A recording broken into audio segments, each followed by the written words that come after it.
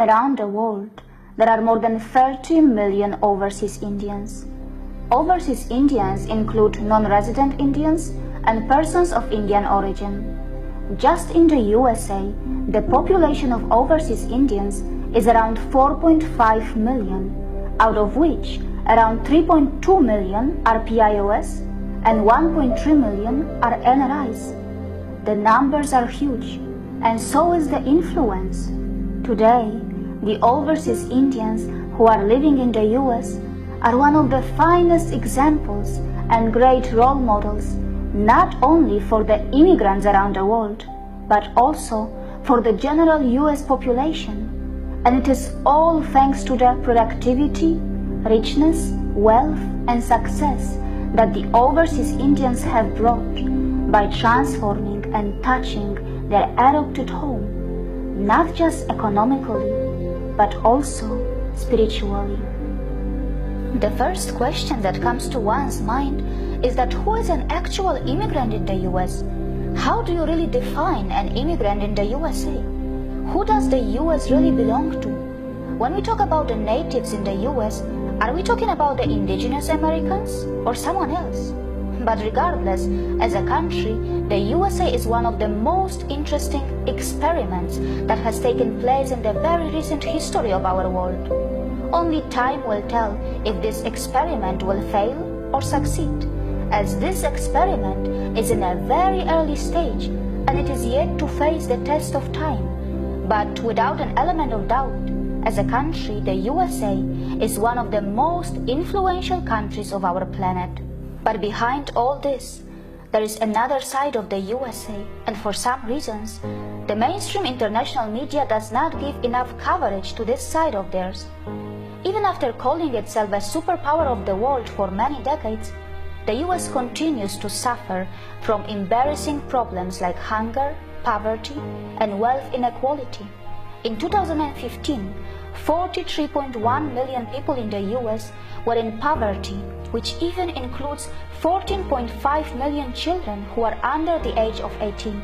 When it comes to hunger, it was revealed that 42.2 million Americans were in food-insecure households, including more than 13 million children. It is extremely painful to notice that nearly 12 to 13% of the entire population of the US suffers from hunger and poverty. The United States of America, a Christian majority nation with 83% Christians, is a land of sharp contrasts.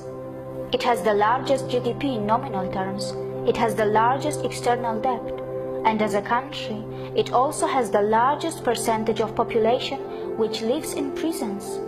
It is absolutely shocking that out of every 100,000 people in the US, 724 are actually in prisons.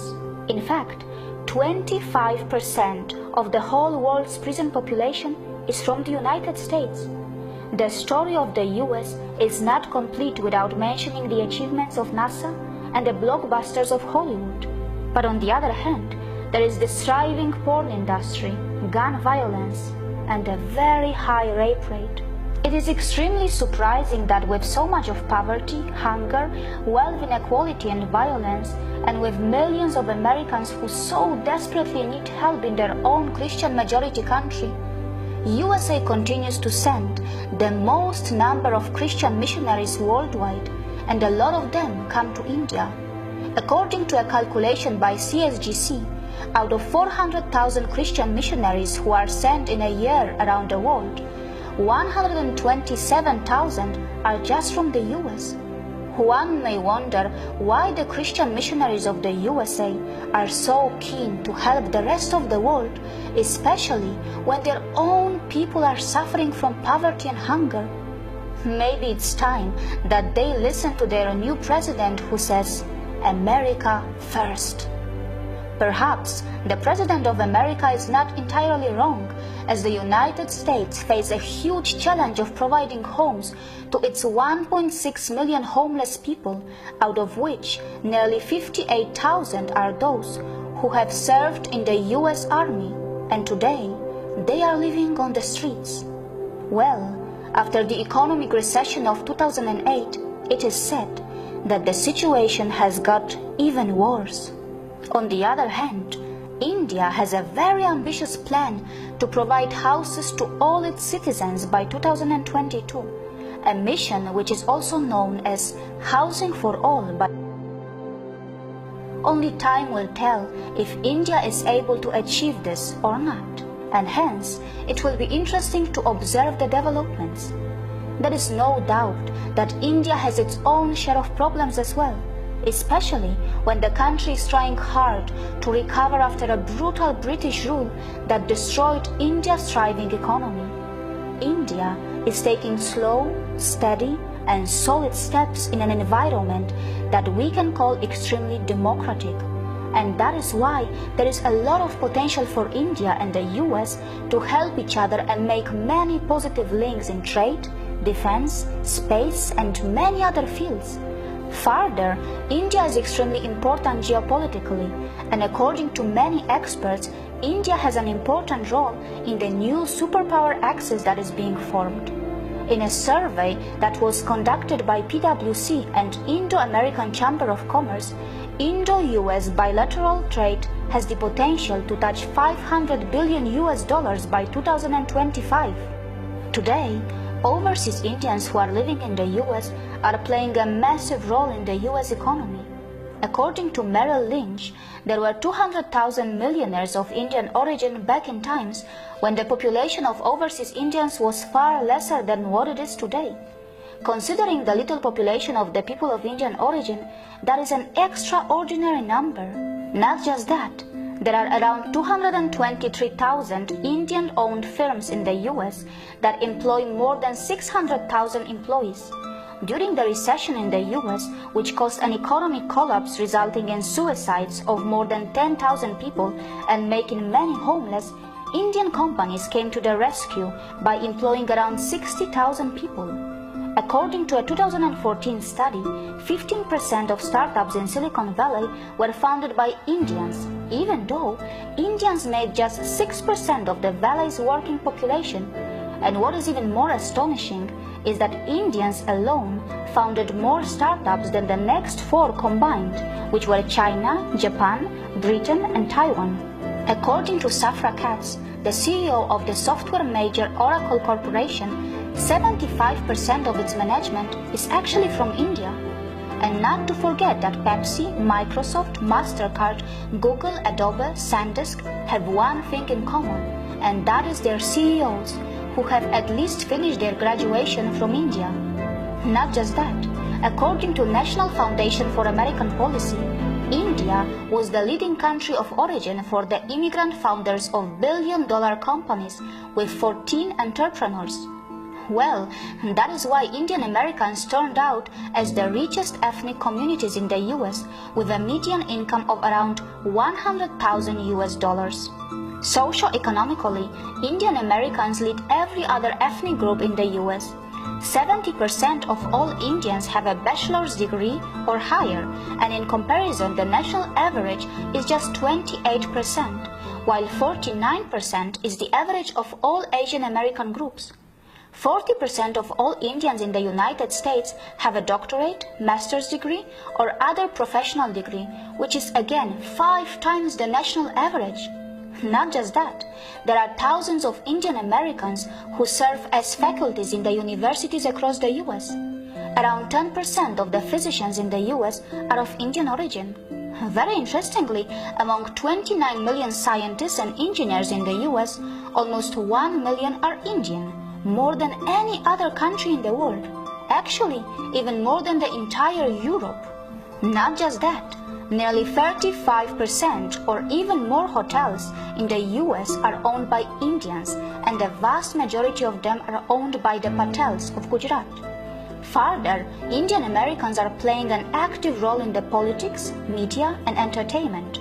The overseas Indians have had so much of success, and during all this, they have also demonstrated the importance of family bond, values, and relationship, as 71% of adult Indian Americans are married, a percentage much higher than the rest of the Americans who now mostly live a single life.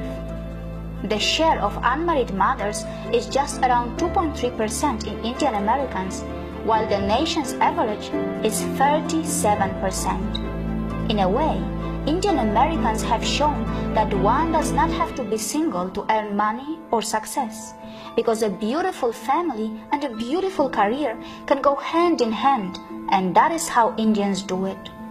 And in the end, I was not even surprised when I learned that overseas Indians living in the US are very disciplined, well-behaved, and have a very low crime rate.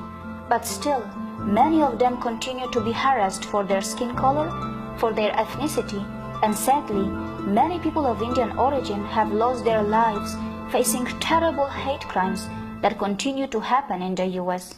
On the other hand, the importance of India's spiritual heritage in the US in form of yoga and Ayurveda is massive, which has been helping in evolution of consciousness of many American citizens and is providing thousands of jobs to its citizens in a thriving $27 billion yoga industry with more than 36 million yoga practitioners. As one can expect, India's spiritual heritage is also frequently relabeled and rebranded in USA as mind sciences, wellness science, cognitive science, self-improvement by various American individuals and entrepreneurs, making it another multi-billion-dollar industry of something that may eventually be called the New Age American intellectual asset. The Indian diaspora in the US is known for their tremendous contribution to social causes, philanthropic work, and also for sending billions to India in remittances. India receives $13 billion annually just from the overseas Indians living in the US. And probably the emotional bond between the overseas Indians and India exists because of one fact which they are aware of, that no matter how far they go to any part of this globe, whether they succeed or run into trouble, the country of their origin is always ready to welcome them or support them with open arms. We no longer live in the world which has only one superpower, as the countries like India and China are becoming the new centers of action. Since the economic boom of India perhaps seems inevitable, probably the US has no choice but to ensure and calculate how it can benefit itself by India's economic boom, how it can get the biggest chunk out of India's growth story. And that is exactly what they are trying to do, as in the recent years, the US has been hungrier than it was ever before to have the engagement, collaborations, and partnerships with Indians at different levels. It is an opportunity for the overseas Indians and also for the people of India to participate in this spectacular phenomenon, because it were Indians who suffered from the atrocities by their ex-colonizers in their own land. It were Indians who waited patiently for hundreds of years for times like this. It is their land and it is their story.